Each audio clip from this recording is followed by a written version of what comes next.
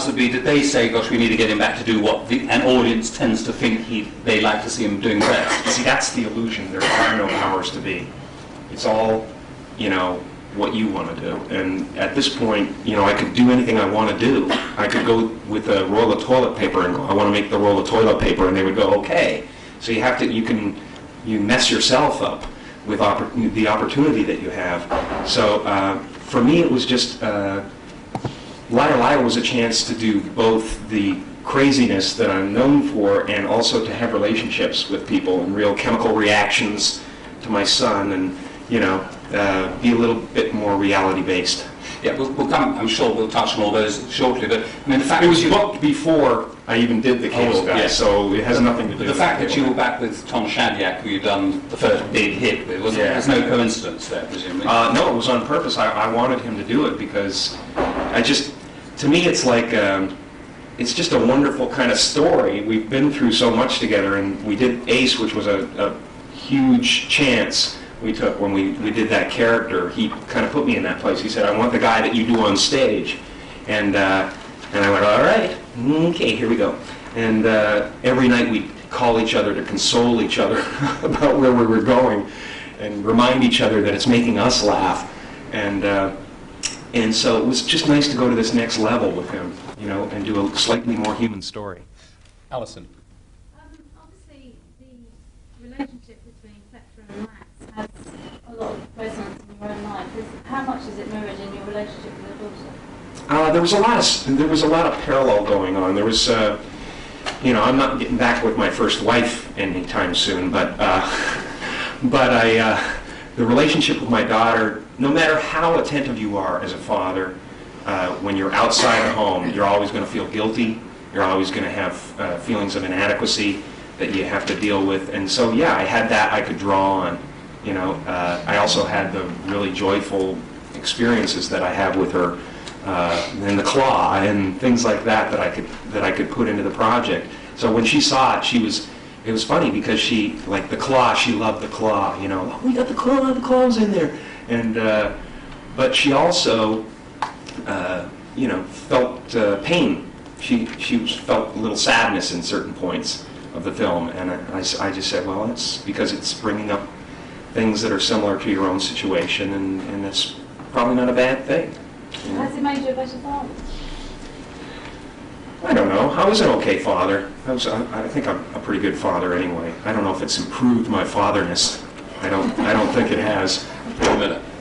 How difficult would it be for you not to lie for 24 hours? And how easily do you lie? I don't lie easily, honestly. If anything, I go the other way, and this is one of those trick ones that just keep coming. Doug Henning was here before me. I don't lie easily. It really is a matter sometimes of trying to realize where the truth is coming from. Am I telling this person the truth because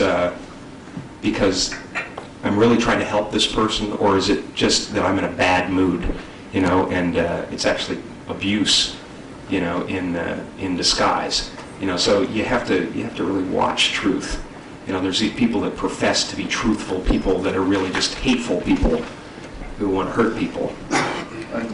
And for example, how easy would it be for you to tell only the truth for a day, or would that be impossible? Probably impossible. Probably impossible because, nobody wants to see the truth, basically, most of the time. I don't think people even want to see it. They hope you're fairly honest and you're not going to screw them in business or whatever it is. But they, when they say, how are you? It's not they really want to hear it. It's just a figure of speech. It's a greeting. And if you go into how you really are, they're going to be like, wanting out of the room really quick. I'm all dead inside. The young lady. Yes, sorry. No, sorry, the young lady there. Yeah, Dan. What effect do you have on other actors? Because all the films are your vehicles, and because of the way you act.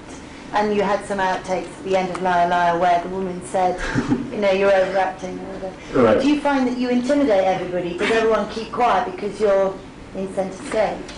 I guess certain people feel that way. I don't, for the most part, I really am not trying to bowl anybody over. I'm just trying to make the scene as interesting as possible. So it's not like I go out there and go, I'm going to steal this one. You know, it is a communal thing. And I guess just the characters that I've played, a lot of the characters I've played so far have been kind of cartoonish and out front, and you know, the other actors' jobs have been to service the comedy and to set me up for the joke, and that's a pretty thankless job sometimes, but it has to be done. The man at the back, yes. Yeah, I was going to say, this is going back to the question a bit, but do you worry that you may have set yourself up in the sense that early in the film you prove what a brilliant consummate liar you are, then you come to these press conferences and tell us that it's a great film, which you can see. I mean, you are kind of painting yourself into a corner. It's only a movie. No, I mean, you know, everybody has a little bit of duplicity, and I guess it's up to you guys to judge whether you think I'm lying or not. It's all your perception that counts on the page. So, you know, take a guess. Yes. On the credits for the film, there's a massage therapist listed. Which parts of the body do you need most attention on? I bruise myself pretty often, you know. Should look at the face as well. No, the face. Actually, when I was doing the television show in Living Color, I was Fire Marshal Bill. I could only do a minute at a time, and then we would have to cut, and I'd be back here lying like this because I would cramp up, you know, because it wasn't the makeup. People think it was. You know, they just enhanced it with makeup. But you try that for a minute. You'll see what it was like. Phil. What's the biggest lie you've ever told in your life? It's that small because the water is cold. And to whom was that told? Some unfortunate girl. Yes, young lady, yeah. You do a lot of physical stuff in a lot of your movies. How do you prepare for that? And what goes through your mind when you're actually doing them? You know, I don't really concentrate too much on physical stuff. I concentrate more on why the character is the way he is and his needs and, you know, what he wants and what his relationships are with people. But the physical thing just happens. See, when I was a kid, I used to